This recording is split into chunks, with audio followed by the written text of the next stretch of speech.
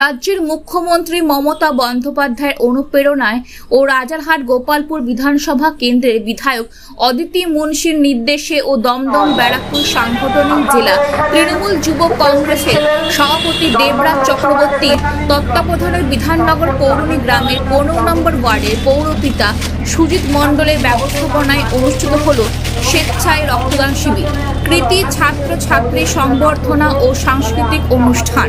উক্ত অনুষ্ঠানে উপস্থিত ছিলেন রাজারহাট গোপালপুর বিধানসভার বিধায়ক অদিতি মুন্সি, দমদম লোকসভা কেন্দ্রের সাংসদ অধ্যাপক সৌগত রায়, রাজারহাট গোপালপুর বিধানসভা তৃণমূল যুব কংগ্রেসের সভাপতি পার্থ সরকার, বিধাননগর পৌর নিগমের 15 নম্বর ওয়ার্ডের পৌরপিতা সুজিত মণ্ডল, 6 নম্বর ওয়ার্ডের পৌরপিতা সম্রাট বড়ুয়া, 11 নম্বর ওয়ার্ডে পৌরমাতা অনিতা বিশ্বাস সহ বিধাননগর পৌর নিগমের বিচ্ছিন্ন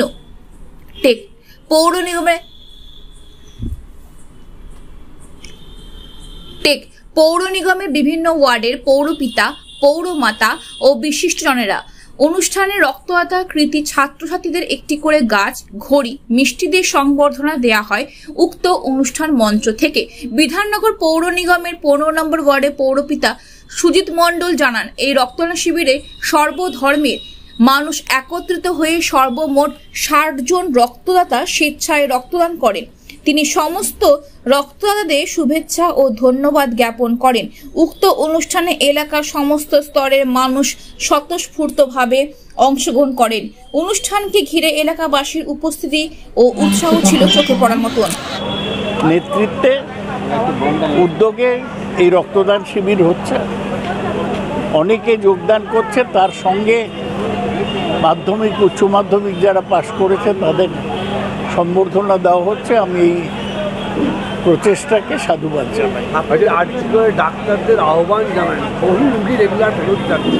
আমি তো এখানেও বলেছি যে ডাক্তারদের সব দাবি তো পূরণ হয়েছে, সিবিআই তদন্ত করছে, আমরাও চাই দোষীদের ধরে ফাঁসি দেওয়া হোক, তারা অন্তত তাদের কর্মবিরতি প্রত্যাহার করবে। বিরোধী দলনেতা 27 তারিখ ডেডলাইন, আমি এত বলতে পারবো।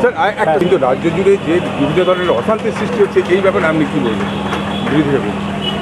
অশান্তি যে খুব হচ্ছে তা নয়, তবে রাস্তাঘাট অবরোধ হচ্ছে, লোকের অসুবিধা হচ্ছে, না হলেই ভালো। এবং মাধ্যমিক উচ্চ মাধ্যমিক ছাত্রছাত্রীদের সম্বর্ধনা দেওয়া হয়। প্রতি বছর আমরা রক্তদান শিবিরটা করা হয় এবং আমার ওয়ার্ডের সমস্ত মাধ্যমিক উচ্চ মাধ্যমিক যারা ছাত্রছাত্রী উত্তীর্ণ হয়েছে প্রত্যেককেই সম্বর্ধনা দেওয়া হয় এবং এটা প্রত্যেক বছরই আমরা এই অনুষ্ঠানটা করে থাকি।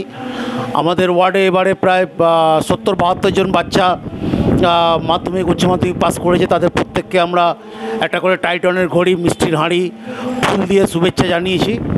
এবং আমাদের মধ্যে উপস্থিত ছিলেন দমদম কেন্দ্রের সাংসদ সৌগত রায় এবং রাজারহাট গোপালপুর বিধানসভার বিধায়ক অদিতি মুন্সি এবং এছাড়া ওনার নেতৃত্ববৃন্দ আমাদের এই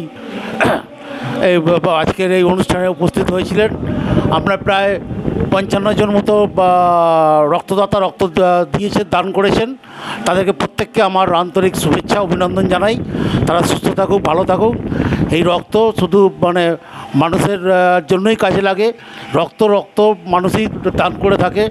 এই রক্ত ব্লাড ব্যাঙ্কে যাবে এবং এখান থেকে একটা রক্ত থেকে 3জন রক্ত গৃহীতা উপকৃত হবে। সুতরাং এটা আমরা প্রত্যেক বছর করে থাকি। আমরা এর জন্য গর্বিত এবং এলাকার মানুষ আমাদের সাথ দেয়। এলাকার মানুষকে আমি শুভেচ্ছা জানাই।